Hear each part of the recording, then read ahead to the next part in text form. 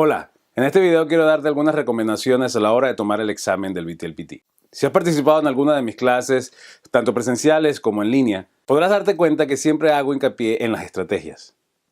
Para mí las estrategias son muy importantes porque tienes que recordar que esto es un examen como cualquier otro. Y por lo tanto tienes que llevar una estrategia, un plan de ataque a la hora de enfrentar este examen. En muchos estudiantes y maestros que han tomado el VTLPT, me he dado cuenta que a veces cuando han fallado ha sido falta de estrategia a la hora de tomar el examen. En mis cursos y entrenamientos cubro muchas partes que debes tomar en cuenta a la hora de tomar el examen, pero para este video quiero hablarte de tres cosas muy importantes. Una es la administración del tiempo. Otra es saber utilizar las estrategias para analizar de manera apropiada cada una de las posibles preguntas de opción múltiple que enfrentarás en el examen. Y por último es saber organizar tus ideas a la hora de contestar de manera oral o en manera escrita. Vamos a comenzar con la administración del tiempo. La administración del tiempo es muy importante. Aquí puedes observar un gráfico donde te muestran las diferentes áreas en las que vas a ser evaluado y en esas áreas, cada una de esas áreas hay un tiempo. Por lo tanto, administrar el tiempo es muy importante. Yo he conocido gente y he tenido estudiantes que han tomado el examen sabiendo muy bien español, hablando muy bien español y no han podido pasar el examen. Y después que hemos trabajado con ellos y hemos cubierto las técnicas, una de las cuales ellos siempre me dicen que les ayudó para ser exitoso en el examen ha sido manejar bien el tiempo. Manejar bien el tiempo es muy importante en todas las áreas del examen. Pero vamos a ver unas muy específicas en las cuales a veces los estudiantes no les alcanza el tiempo. Por ejemplo, en la comprensión auditiva, tienes 50 minutos para contestar 36 preguntas. Eso significa que tienes alrededor de 1 minuto y 38 segundos para cada una de las respuestas. Por lo tanto, no puedes dedicar más tiempo que ese a cada una de las preguntas que te están haciendo y responderlas correctamente. Si dedicas más tiempo, significa que le estás quitando tiempo a otras preguntas. Por eso es muy importante esto, porque muchos estudiantes se dan cuenta ya muy tarde que se les acabó el tiempo y que todavía le quedan muchas preguntas por contestar. Entonces, es importante que las estrategias que te voy a dar en la próxima parte, las tomes en cuenta en un tiempo determinado. Es decir, en esta parte, 1 minuto 38 segundos. Pero en la parte de comprensión de lectura, tienes un poquito más de tiempo, pero tienes mayor cantidad de preguntas, pero de todas maneras te da un poquito más de tiempo para pensar, para contestar, para aplicar las estrategias, pero no es mucho, es simplemente 1 minuto y 45 segundos. Entonces, ese tiempo es el que debes ponerte límite para contestar una pregunta. Y después viene una parte muy importante que a la gente suele suceder que le falta el tiempo, que es la parte de escritura. La parte de escritura tienes un límite de tiempo para 3 actividades específicas. Algunas de ellas son más rápidas que otras, quizás contestar un correo electrónico o contestar una carta se hace más rápido que hacer una lección de clase o planificar una lección. Pero en la parte del ensayo a veces mucha gente le va mucho el tiempo. O a veces en la lección, justamente donde invertimos más tiempo. Y cuando invertimos más tiempo en una de estas áreas, hay que estar pendientes que le estamos quitando tiempo a las otras áreas que tienes que todavía desarrollar. Entonces es importante que manejes el tiempo también a la hora de escribir y también dediques un tiempo para revisar. Ahora vamos a la parte de analizar las preguntas. Analizar las preguntas de opción múltiple es muy importante. Vas a tener muchas preguntas, como puedes ver, de este tipo y tienes que saber que tienes un límite de tiempo primero y dentro de ese límite de tiempo tienes que aplicar estas estrategias que te voy a recomendar ahorita. Que lo más seguro ya lo sabes porque son las mismas estrategias que utilizas para cualquier otro examen, pero siempre es muy importante, me parece importante cubrirla con los estudiantes para que la tengan clara a la hora de esa estrategia o plan de ataque para el examen. Primero, por supuesto, es leer con cuidado la pregunta. Tienes que leer con cuidado, saber exactamente qué es lo que te están preguntando. Esto es muy importante porque esto te va a ayudar a ser específico a la hora de la búsqueda de la posible respuesta. Después, por lo tanto, es leer las posibles respuestas y inmediatamente vas a darte cuenta que hay alguna que seguro inmediatamente vas a poder tachar porque dices, no, esto no tiene nada que ver. O vas a ver que encuentras otra que sí tiene quizás que ver con lo que estás hablando en el tema o en lo que escuchaste, pero no es la posible respuesta. Tú lo sabes, tú lo sientes y dices, esta no es. Pero suele suceder que te quedas entonces con 2 y esas 2 son posibles las dos y dices, wow, esta puede ser y esta también.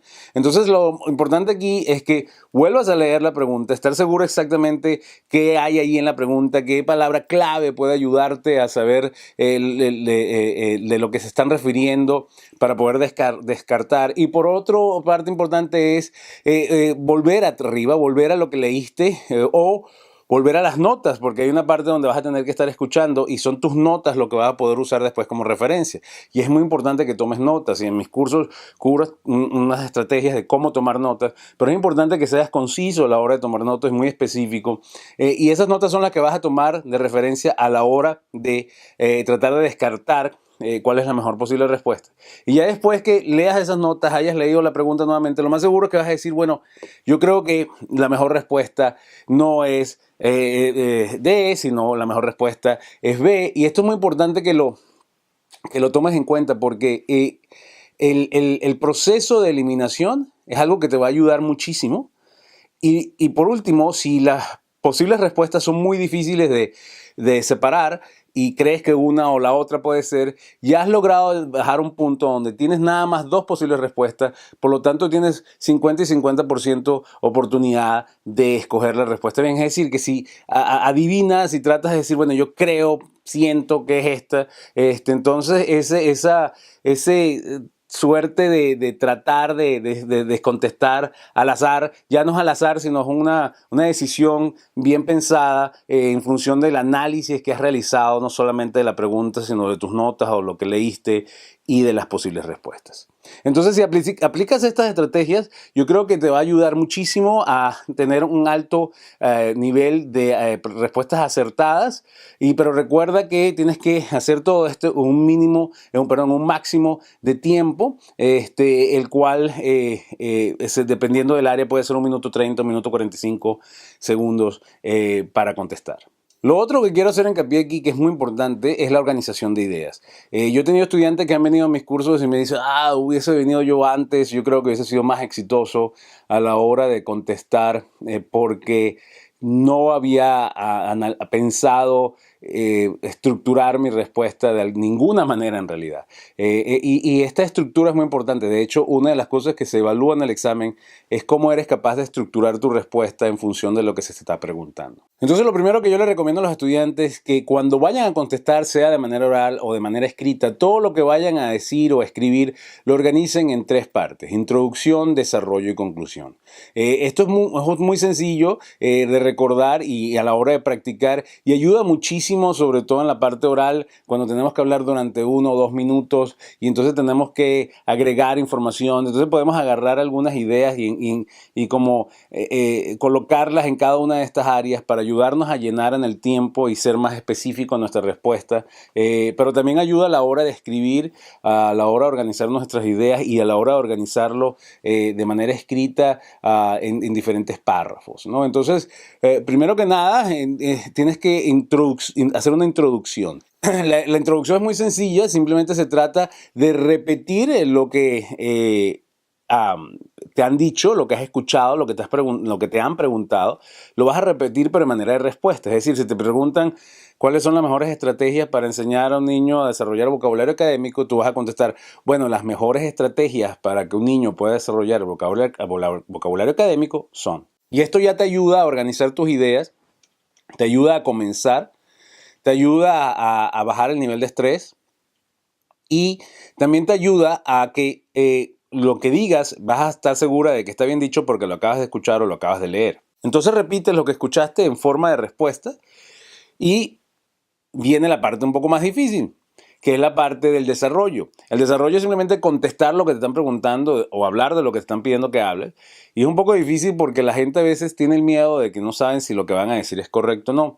Y en esto quiero recordarte que este examen lo que quiere medir es que hables bien el español, es que te sepas expresar de manera apropiada, con el vocabulario apropiado en español. Entonces no te preocupes porque no te van a estar evaluando si lo que dices, si la respuesta que das es pedagógicamente correcta o es la mejor manera de enseñar o es la mejor estrategia, lo que ellos están midiendo es que lo digas bien. Y esto es muy importante porque muchos estudiantes, por el miedo de no saber si la respuesta es lo más correcto, se quedan callados, ¿ok? Se quedan callados y si se le pasa el tiempo o hablan con cierta inseguridad y todas estas cosas que estás haciendo, quedarte callado, hablar con inseguridad, arrancar y comenzar y volver y regresar y darle vuelta, eso es parte de lo que no debes hacer y de lo que uno como evaluador tiene como rúbrica y dice, no, si esto lo hace, pues no está a nivel.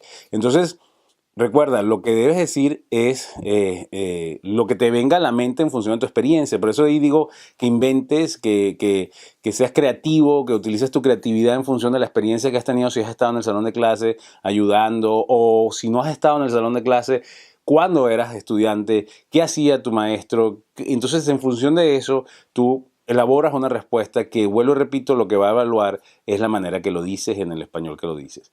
Y ya después que has contestado, lo último que queda es la conclusión. Y la conclusión es algo muy sencillo. La conclusión es simplemente repetir de nuevo lo que has dicho en la introducción, pero en manera de conclusión. Es decir, cierras.